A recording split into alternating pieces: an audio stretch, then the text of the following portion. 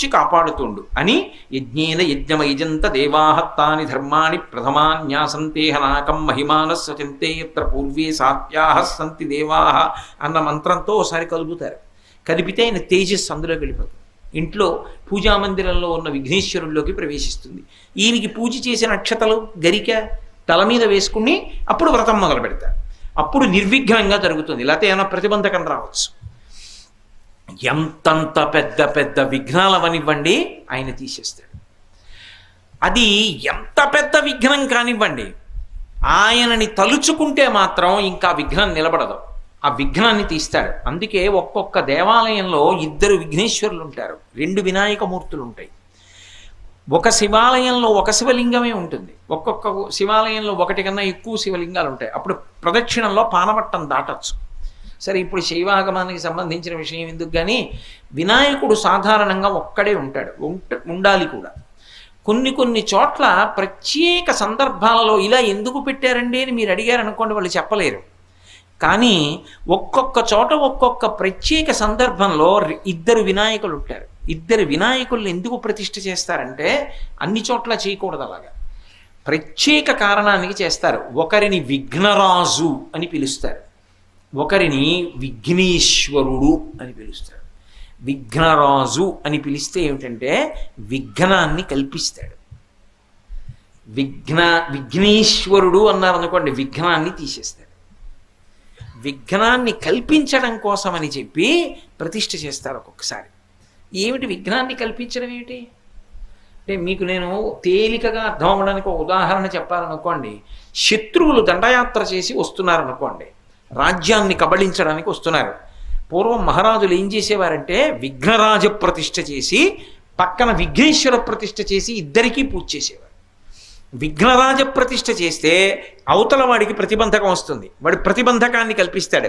వాడు దాటి ముందుకు రాలేడు, వాడికి ఏదో అడ్డొస్తుంది, అడ్డొచ్చి నిలబడిపోతాడు. ఈయనకి అడ్డు తొలగిపోతుంది, వెళ్ళి వాళ్ళ మీద పడిపోయి వాడిని సంహరించి తన రాజ్యాన్ని కాపాడుకుంటాడు. ఒక్కొక్కసారి ప్రమాదకరమైనటువంటి పనులు చేసేటటువంటి వాళ్ళకి విఘ్నం కలిగితేనే మిగిలిన వాళ్ళు రక్షింపబడతారు. ప్రతిరోజు అద్భుతంగా దొంగతనం చేసేసేవాడు ఉన్నాడు అనుకోండి, ఏ ఇంట్లోనైనా సరే ఎంతమంది ఉన్నా వెళ్ళి దొంగతనం చేసేస్తుంటాడు. వాడికి ఎప్పుడో అప్పుడు విఘ్నం వచ్చి దొరికిపోయాడు అనుకోండి, అయ్యో పాపం విఘ్నం వచ్చి దొరికిపోయాడండి అని బాధపడతారా? అమ్మయ్య ఊరు రక్షింపబడిందండి అని సంతోషిస్తారా? వాడికి విఘ్నం రావడం ప్రయోజనకరం కాబట్టి విఘ్నాన్ని ఇచ్చి కాపాడతాడు మిగిలిన వాళ్ళని. ఎవరికి విఘ్నం కల్పించాలి? ధర్మం వదిలిపెట్టిన వాళ్ళకి విఘ్నం కల్పిస్తాడు, ధర్మాత్ములకు విఘ్నం తీసేస్తాడు. అది ఎలా? ఏదో చిన్న చిన్నవి కాదు, పర్వతాలంతంతటి విఘ్నాల్ని కూడా, అది వస్తోందని కూడా మనకి తెలీదు, వచ్చేస్తోంది, మనం ఓ పని చేద్దాం అనుకుంటాం, అది చేయకుండా అయిపోతుంది అని కాదు. పరమ ధర్మాత్ములైన వాళ్ళని ఏం చేస్తాడో తెలుసా?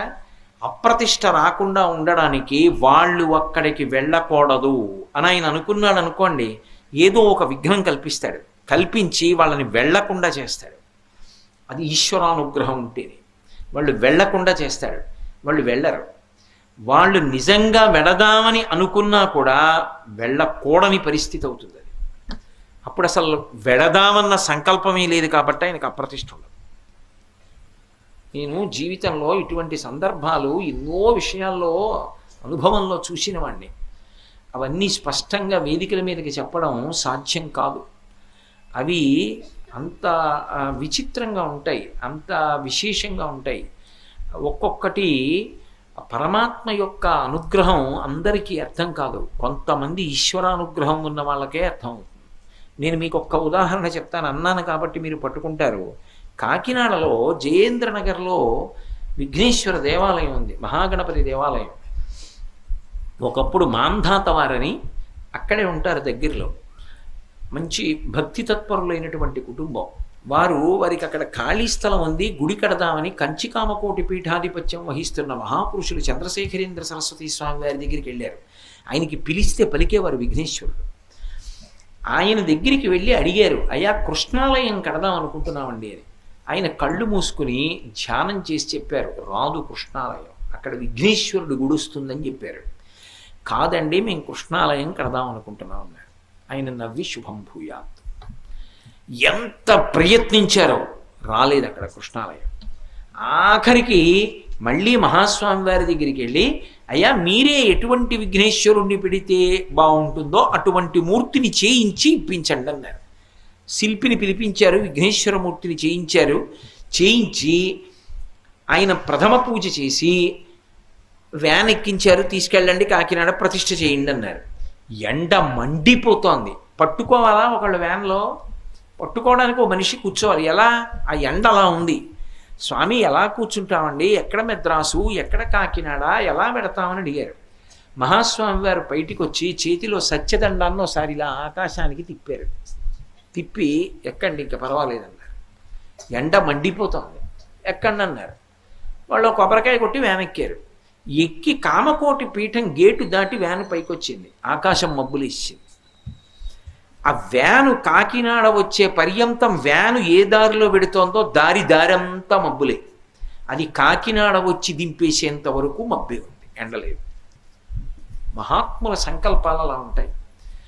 ఆయన ఎక్కడ రావాలనుకున్నాడో అక్కడ వచ్చి తీరేడంతే. ఏది జరగదని తెలుసో అది జరగదని తెలుసు కాబట్టి అసలు వెళ్ళనివ్వడు. ఏది జరుగుతుందో తెలుసు, దానికి వెళ్ళనిస్తాడు. కొన్ని ఆపుతాడు, కొన్ని జరగనిస్తాడు. ఆపడంలో ఏదో ప్రయోజనం ఉంటుంది, జరగనివ్వడంలో ఏదో ప్రయోజనం ఉంటుంది. అందుకే విఘ్నరాజు, విఘ్నేశ్వరుడు అన్న రెండు పేర్లతోటి ఆరాధన చేయబడతాడు. చేయబడి మహానుభావుడు మనకు వస్తోందో పెద్ద అడ్డంకని కూడా మనకి తెలియదు. కానీ ఒక్క నమస్కారం చేస్తే చాలు. రోజు ఒక్క నమస్కారం పెడితే, ఇదిగో నేను మీకు ఇప్పుడు చెప్తున్నానే చిన్న శ్లోకం, సదాబాల రూపాపి విఘ్నాద్రిహంత్రి, అటువంటి శ్లోకాన్ని ఒక్కసారి అనుకుని బయటికి వెడితే చాలు, కాపాడతాడంతే, విఘ్నం రాకుండా చూస్తాడు. అంతటి మహానుభావుడు విఘ్నేశ్వరుడు అంటే. పర్వతములంతంతటి విఘ్నములను కూడా ఇంత పిల్లవాడిలా ఉన్నవాడు తొలగతోయడంలో మాత్రం అంతటి మహాశక్తివంతుడు. ఒకరికా ఇద్దరికా? ఒకరికి ఇద్దరికీ కాదు, ఎన్ని కోట్ల మందికైనా సరే నమస్కారం చేసిన వాళ్ళందరికీ కూడా అనుగ్రహాన్ని వర్షిస్తాడు. అందుకే సదాబాల రూపాపి విఘ్నాద్రిహంత్రి. అటువంటి ఓ విఘ్నేశ్వరుడా, బాలరూపంలో ఉన్నప్పటికీ కూడా అందరినీ అనుగ్రహించగలిగినటువంటి వాడా, మహాదంత వక్త్రాపి పంచాస్యమాన్య. ఇదో విచిత్రం. మహాదంత వక్త్రాపి, దంతి అంటే ఏనుగు, దంతములు ఉంటాయి కాబట్టి. లోకంలో అన్ని ప్రాణులకు దంతాలు ఉంటాయి, పళ్ళు మనం అందరం తింటాం. తినడానికి నవలడానికి ఉపయోగించవు ఏనుగు యొక్క దంతాలు, మహాందంగా ఉంటాయి అవి. అంత అందంగా ఉండే దంతములతో తిరుగుతూ ఉంటుంది కాబట్టి ఏనుగుకి దంతి అని పేరు. ఏనుగు అంత గొప్పదైనా ఏనుక్కో లక్షణం ఉంది. అది సింహం కనపడింది అనుకోండి భయపడిపోతుంది, సింహానికో లక్షణం ఉంది. ఏనుగు కనపడింది అనుకోండి బలమంతటిని కూడా తీసుకుని ఎగురుతుంది. సింహం సాధారణంగా భూమి మీద కదా పరిగెడుతుంది.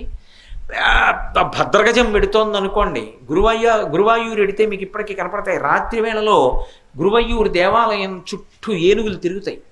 తిరిగినప్పుడు చూడాలి మీరు, కొండలు తిరుగుతున్నాయా అనిపిస్తుంది, అంతంత ఎత్తునుంటాయి భద్రగజాలు. ఏనుగుల్లో జాతులన్నీ తిరుగుతాయి కృష్ణ పరమాత్మ మూర్తిని పైన పెట్టుకుని. అటువంటి ఏనుగు అంత ఎత్తునుంటుంది. ఏనుగుని కొట్టాలంటే కుంభస్థలం మీద కొట్టాలి. ఆ కుంభస్థలం మీదకి ఎక్కాలి. ఎక్కనిస్తుంది ఆ ఏనుగు? కాలు పెట్టి తొక్కేస్తుంది, తొండంతో తిప్పి విసిరేస్తుంది. అందుకే సింహం ఏం చేస్తుందంటే ఎగిరి కూర్చుంటుంది కుంభస్థలం మీద. శాతనఖగ్రఖండితల సన్మజ కుంజర కుంభముక్త ముక్తాతత శైల అంటారు మహాభారతంలో. ఆ పైకి ఎగిరి కూర్చుని తని తొండం పెట్టి ఎత్తితే అందకుండా పంజా పెట్టి కొట్టి కుంభస్థలాన్ని బద్దలగొట్టి మాంసపు ముద్దలు తీసి చిందరవందర చేసి అందులోంచి ముత్యాలు తీస్తుంది. ఏనుగు కుంభస్థలంలో ముత్యాలు ఉంటాయి అని. ముత్యాలు దొరికే ప్రదేశాలు కొన్ని ఉన్నాయి. కొన్ని తేళ్లు ఉంటాయి, అన్ని చోట్ల ఉండవు అనుకోండి.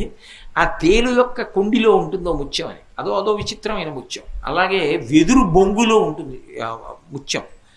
అందుకే వెదురు బొంగులు ఎక్కడైనా కనబడితే వెంటనే నమస్కారం చేయనది శాస్త్రం. వెదురు బొంగు చాలా ప్రసిద్ధి. సరే, ఇప్పుడు నేను ఆ వెదురు బొంగు గురించి ప్రసంగం ఎందుకు, కానీ ఎప్పుడైనా వెదురు బొంగు అని మీరు ఉపన్యాసం చెప్పమంటే చెప్తే అప్పుడు ఇందురు కానీ దాని గొప్పతనం ఏమిటో. అలాగే ఆ ముత్యాలు పుట్టేటటువంటిది సముద్రం. చిట్టి ముత్యం పుట్టె సీత కడుపున్న స్వాతిమానలు గురిచే సముద్రాల కొరకు అని. సముద్రంలోంచి ముత్యం పుడుతుంది అని. ఆ ముత్యం అసలు ఎక్కడ పెట్టుకుంటారు అంటే మెడలో ముత్యాలహారాలు వేసుకుంటారు. అసలు నిజానికి ముత్యం బాగా పెట్టుకోవలసిన స్థానం ఏది అంటే ముక్కు చివర పెట్టుకోవాలి. అందుకే కస్తూరి తిలకం లలాట ఫలకే వక్షస్థలే కౌస్తుభం నాసాగ్రే నవమౌక్తికం. కృష్ణుడి ముక్కు చివర ముత్యం ఉంటుంది. అమ్మవారి ముక్కు లోపలికి ముత్యం ఉండి ఊపిరి విడిచినప్పుడు పైకి వచ్చి కనపడి లోపలికి వెడుతుంటుంది. అసౌ నాసా వంశస్తు హినగిరి వంశధ్వజపటి అని శంకరులు స్తోత్రం చేశారు. ఇవన్నీ మంచి ముత్యాలు దొరికేటటువంటి స్థానాలు. ఏనుగు కుంభస్థలంలో ఉంటుంది.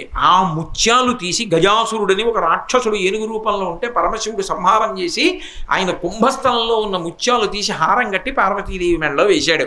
మిగిలిన భర్తల్లా నేను బజార్లో ముత్యాలు పట్టుకొచ్చి నీ మెడలో వేయడం ఏమిటి పార్వతి, గజాసురుడు కుంభస్థలంలో ముత్యాలు దండ కట్టి నీ మెడలో వేస్తున్నాను అన్నాడు. కాబట్టి ఏనుక్కి సింహం అంటే భయం. ఎంత భయం అంటే సింహస్వప్నం అంటారు. సింహం కల్లోకి వచ్చిందనుకోండి ఏనుగు చచ్చిపోతుంది. అంత భయం ఏనుగుకి. ఏనుగు కనబడితే సింహానికి అంత ప్రీతి వేట అంటాం, చంపడం. రెండు పుట్టుకతో ఆజన్మ వైరం అంటారే, అవి రెండింటికి ఇతరత్రా ఏం ఉండదు. కానీ పుట్టుకతో ఏనుగుని కొట్టడం అంటే సింహానికి సరదా. ఈ సింహం కనపడుతుందేమో అని ఏనుగుకి భయం. కానీ శంకర భగవత్పాదులు అంటున్నారు మహాదంత వక్త్రాపి పంచాస్య మాన్య. ఏనుగు ముఖంతో ఉన్న సింహంతో పూజింపబడేవాడా అన్నారు. ఇది విచిత్రం. ఏనుగు ముఖంతో ఉంటే సింహాన్ని చూసి పారిపోవాలి ఎంత వినాయకుడైనా. కానీ ఏనుగు ముఖంతో నువ్వు ఉండి సింహంతో పూజింపబడతావు, ఎంత చమత్కారం నీదంటున్నారు. ఏమిటి దాని అర్థం? రేపు 6:30కి తెలుసుకుందాం. మంగళాశాసనపరై మదాచార్య పురోగమై సర్వైశ్చ పూర్వైరాచార్యై సత్కృతాయాస్తు మంగళం. మంగళం కోసలేంద్రాయ మహనీయ గుణాత్మనే చక్రవర్తి తనూజాయ సర్వభౌమాయ మంగళం. ఉమాకాంతాయ కాంతాయ కామితార్థప్రదాయినే శ్రీగిరీశాయ దేవాయ మలినాథాయ మంగళం. సర్వం శ్రీ ఉమామహేశ్వర పరబ్రహ్మార్పణమస్తు.